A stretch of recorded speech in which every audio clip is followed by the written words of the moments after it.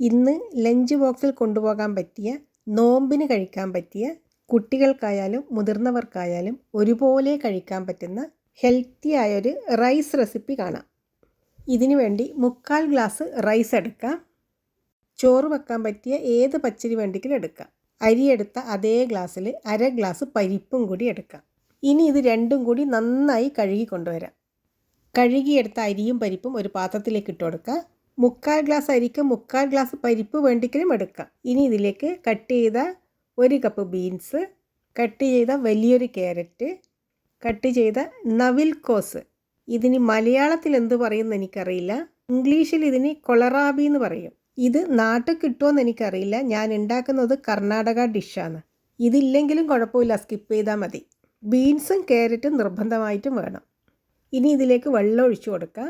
പരിപ്പും അരിയും കൂടി 1/4 ഗ്ലാസ്, 4 ഗ്ലാസ് വെള്ളമാണ് ഇതിന് ഒഴിച്ചു കൊടുക്കുന്നത്. ഇതിലേക്ക് 1/2 ടീസ്പൂൺ മഞ്ഞൾ പൊടിയും കൂടി ഇട്ട് കൊടുത്ത് ഒന്ന് മിക്സ് ചെയ്യാം. അരിയും പരിപ്പും നന്നായി വെന്ത് കുറച്ച് കഞ്ഞി രൂപത്തിലാവണം. അതിനാണ് ഇത്രയും വെള്ളം ഒഴിച്ചു കൊടുക്കുന്നത്.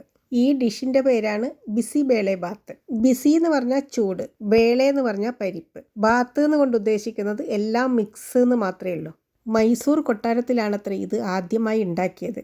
പോകെ പോകെ കർണാടകയിലുള്ള എല്ലാ ഭാഗങ്ങളിലും ഇത് ഉണ്ടാക്കാൻ തുടങ്ങി. നെല്ലിക്ക വലിപ്പത്തിൽ പുളിയും കൂടി സോക്ക് ചെയ്ത് വെക്കാം. ഇനി ഇതിനൊരു മസാല ഉണ്ടാക്കണം. ചെറിയൊരു കഷ്ണം സിനമൺ സ്റ്റിക്ക് ഇതുപോലെ കട്ട് ചെയ്തിടുന്നുണ്ട്. 4 ഗ്രാമ്പും കൂടി ഇട്ട് കൊടുക്കുക.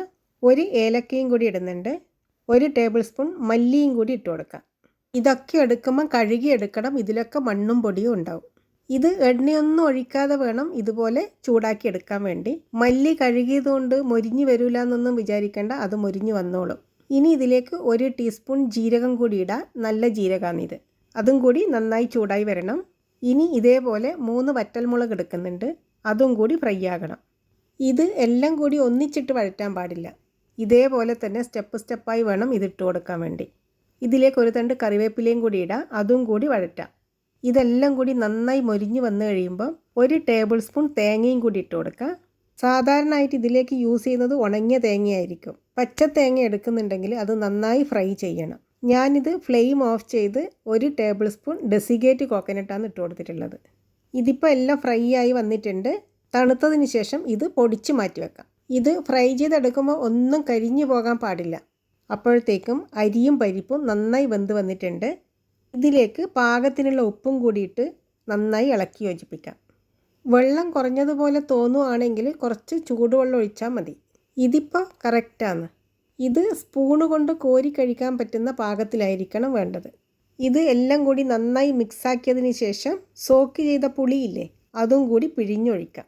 ഇത്രയും പുളി ഈ അളവിന് കറക്റ്റായിരിക്കും. പുളിവെള്ളം ഒഴിച്ച് നന്നായി മിക്സ് ചെയ്ത് ഒരു തിള വരണം. മൈസൂർ പാലസിലാണ് ആദ്യം ഉണ്ടാക്കിയതെന്ന് പറയുമ്പം ഇത് എത്ര ഹെൽത്തി ആയിരിക്കും അല്ലേ. ഇനി ഒരു പാന് വെച്ച് 1 ടേബിൾ സ്പൂൺ എണ്ണ ഒഴിച്ചു കൊടുക്കാം. സാധാരണ ഓയിൽ ഒഴിക്കുന്നതിന് പകരം നെയ്യാണ് ഒഴിച്ചു കൊടുക്കേണ്ടത്. ഇതിലേക്ക് കുറച്ച് കടുക് ഇട്ട് കൊടുക്കുക. കടുക് പൊട്ടുമ്പം കുറച്ച് കാഷ്യൂനട്ട് ഇട്ട് കൊടുക്കാം. കാഷ്യൂനട്ട് മൂത്ത് വരുമ്പോൾ 2-3 വറ്റൽമുളക് ഇടാം. വറ്റൽമുളക് മൂത്ത് വരുമ്പം ചെറുതായി കട്ട് ചെയ്ത 5-6 അല്ലി വെളുത്തുള്ളിയും കൂടി ഇടാം. വെളുത്തുള്ളി നന്നായി മൂത്ത് വരണം. വെളുത്തുള്ളി നന്നായി മൂത്തതിന് ശേഷം പകുതി സവാള കട്ട് ചെയ്തതും കൂടി ഇട്ട് കൊടുക്കുക. സവാളയും കൂടി നന്നായി ഒന്ന് വഴറ്റിയെടുക്കുക.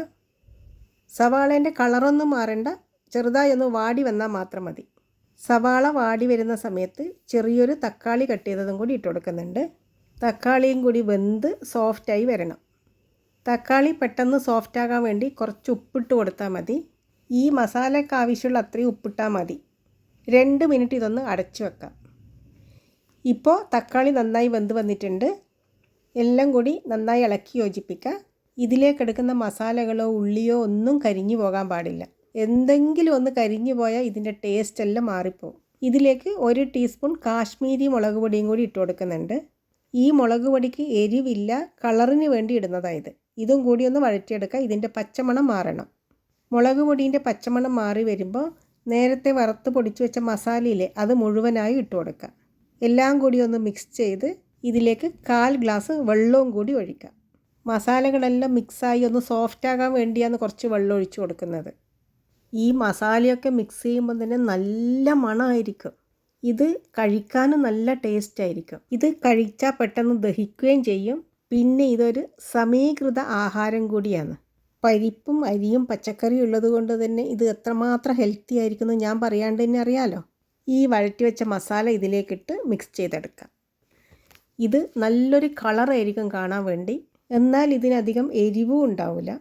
നല്ലൊരു മണമായിരിക്കും, കഴിക്കാനും നല്ല ടേസ്റ്റ് ആയിരിക്കും. ഇതിന് സാമ്പാർ റൈസ് എന്ന് പറയുമെങ്കിലും സാമ്പാറും റൈസും കൂടി കഴിക്കുന്ന ടേസ്റ്റൊന്നും ആയിരിക്കില്ല ഇതിന്. ടോട്ടലി ഡിഫറെൻറ്റ് ടേസ്റ്റ് ആയിരിക്കും ഇതിന്. ഇത് കഴിക്കാൻ പ്രത്യേകിച്ച് കറികളൊന്നും ആവശ്യമില്ല. ഇതിൻ്റെ കൂടെ കർണാടകയിൽ കഴിക്കുന്നത് കാരാ ബൂന്തി എന്ന് പറയും. നമ്മുടെ ഭാഷയിൽ പറയുകയാണെങ്കിൽ മിക്സ്ചർ, അതല്ലെങ്കിൽ പപ്പടായാലും മതി.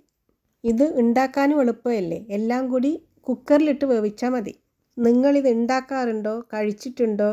ഉണ്ടെങ്കിൽ അതിൻ്റെ ടേസ്റ്റ് എങ്ങനെയായിരുന്നു കമൻറ്റ് ചെയ്യാൻ മറക്കല്ലേ. അപ്പോൾ ഇത്രയേ ഉള്ളൂ, ടേസ്റ്റിയായ കർണാടക സ്റ്റൈൽ ബിസി ബേളെ ബാത്ത് റെഡിയായി.